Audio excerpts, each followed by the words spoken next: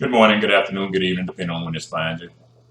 As I stated, I was going to do a few, and so today's installment is going to be from W.E.B. Dubois on what he thought about the black jobs situation with immigration as well.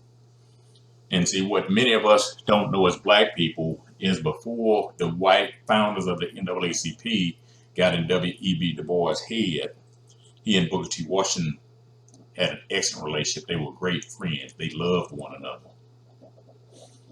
And even at the early formation of the NAACP, Du Bois and Washington actually co-authored a book together called The Negro in the South. And see, that's our problem as black people. Booker T. Washington was teaching us, get education, start businesses, have an entrepreneurial mindset. Yep, get involved in politics later on, but let's get this economic autonomy first. W.E.B. Du Bois came along with his failed Niagara movement, him and William Monroe Trotter, and was scooped up by the NAACP, and then, which is still not a black organization. I don't care about Benjamin Trump being an attorney or whatever. They're still not a black organization. It's still controlled by white people. But it's a white organization. That's why I say it's colored in the title, not black, Negro, anything else. But he allowed the NAACP to destroy his relationship with Booker T. Washington. And some of y'all are not going to like this, but if you've been listening to me at any time over the years, I've been saying it. MLK was being controlled by white people. So anytime you got somebody being financed, controlled, and dictated to and directed by white people in black issues, we're never going to accomplish anything. Look at us today. What have we accomplished? We got a whole bunch of degrees. We got a whole bunch of accolades. We got a whole bunch of credentials, and we still have no economic autonomy. Because our self-esteem is so low as a people that we believe by going get credentialed accolades and degrees to show white people that we're just as good, that we're doing something. Hey, y'all getting these accolades, degrees, and credentials to impress white people. Let me tell you something. Before white people got around in our business, we had strong families. We had love for each other. We had respect for each other, regardless of what status we had in life, what finances and economics we had in life. We had all of these things for one another. The doctor lived next door to the trucker, who lived next door to the farmer. We lived among each other because we loved each other. We understood what our ancestors had been through.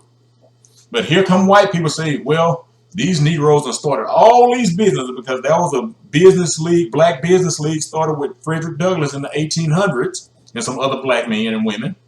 And then the National Negro Business League came along.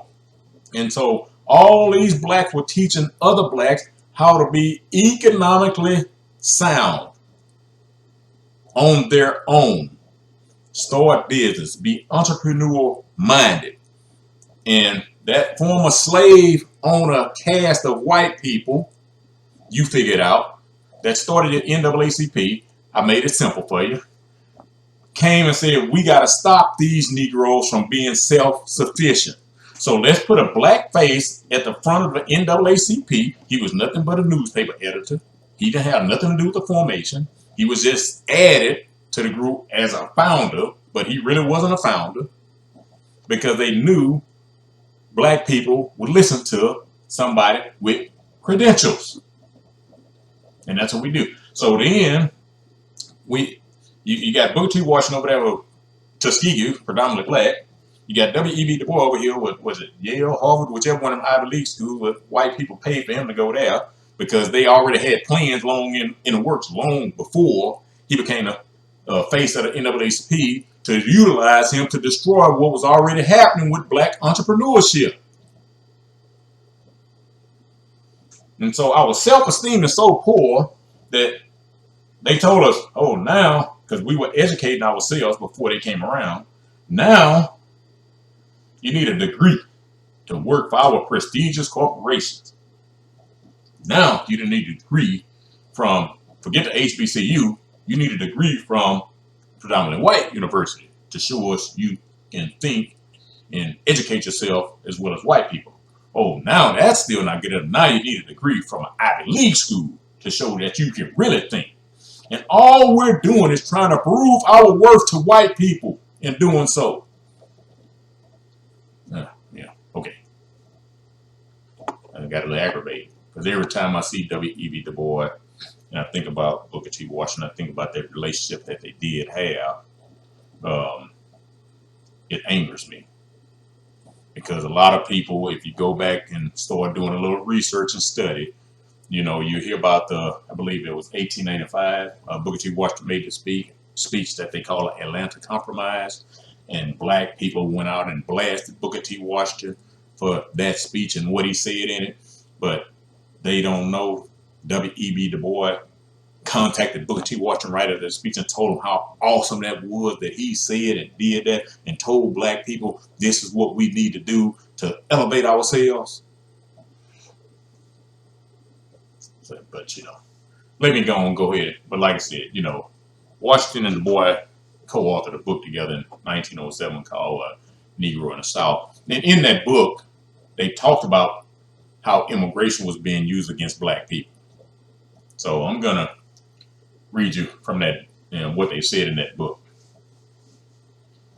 The voice that calls foreign immigrants southward today is not single but double. First, the exploiter of common labor wished to exploit this new labor just as formerly he exploited Negro labor. The second object of the immigration philosophy is to make sure that when the rights of the laborer come to be recognized in the South, that laborer will be white, and just so as far back possible, the black labor will be forced down below the white laborer until he becomes thoroughly demoralized or extinct. You know, put a pin right there. When y'all heard me say that the labor will be white. What you need to know is every immigrant that comes to this country, even if they come from the continent of Africa, every immigrant that comes to this country, born in this country as an immigrant, gets white on their birth certificate. You need to know that. And so, I remember years ago, a buddy of mine, you know, Hispanic guy. I mean, we're tight. And we were at lunch one day, you know, because he and I used to go out to eat lunch all the time. And, you know, nobody ever thought our relationship was suspicious. If you get what I'm saying. Can't do that today. But he was telling, we were talking about some situations one day, and he said, dude, he said, my whole family birth certificate say white. Nah, I done went down to Laredo, Texas, and Nuevo Laredo in Mexico, where his family is from. And he told me, say, man, he said, my whole family birth certificate say white. And see, but I recently found out that anybody that comes here from outside of the borders of the United States gets white on their birth certificate, and they can have black skin. And so let me get back to what I was saying. So, you know, so when I say the labor is white, that means all your immigrants coming over today is still labeled white as far as America is concerned. And they do that to separate everybody else in this country from black people, the original Native American. See, the Native American, they got y'all believing. I keep telling y'all that's not them. Some of them are, but not all of them. And then you start researching the $5 Indian and see how white people hijack that too. But, you know, I'm not here to talk about all that. But one element remains to be considered, and this is political power. If the black workman is so to remain disfranchised while the white, native, and immigrant not only has the economic defense of the ballot, but the power to use it so as to hem in the Negro competitor, cow and humiliate him and force him to a lower plane, then the Negro will suffer from immigration. Black jobs, Hispanic jobs are being hurt by immigration, is what Donald Trump said. It is becoming distinctly obvious to Negroes that today, in modern economic organization, The one thing that is giving the workmen a chance is intelligence and political power, and that it is utterly impossible for a moment to suppose that the Negro in the South is going to hold his own in a new competition with immigrants if, on the one hand, the immigrant has access to the best schools of the community and has equal political power with other men to defend his rights and to assert his wishes, while, on the other hand, his black competitor is not only weighed down by past degradation, but has no or few schools and is disfranchised. The question, then, as to what will happen in the South when immigration comes is a very simple question. If the Negro is kept disfranchised and ignorant, and if the new foreign immigrants are allowed to access to the schools and given votes, and they undoubtedly will be, then there can ensue on accentuated race hatred, the spread of poverty, the spread of poverty and disease among Negroes. Who were they telling them to go line up and take the juicy juice first? We want to give black people the juicy juice first. Poverty and disease, spread of poverty and disease among Negroes. Black people line up first. The increase of crime, what do we always see? Black crime is the worst in the whole country. Black on black crime, black on white crime, black man on white woman crime.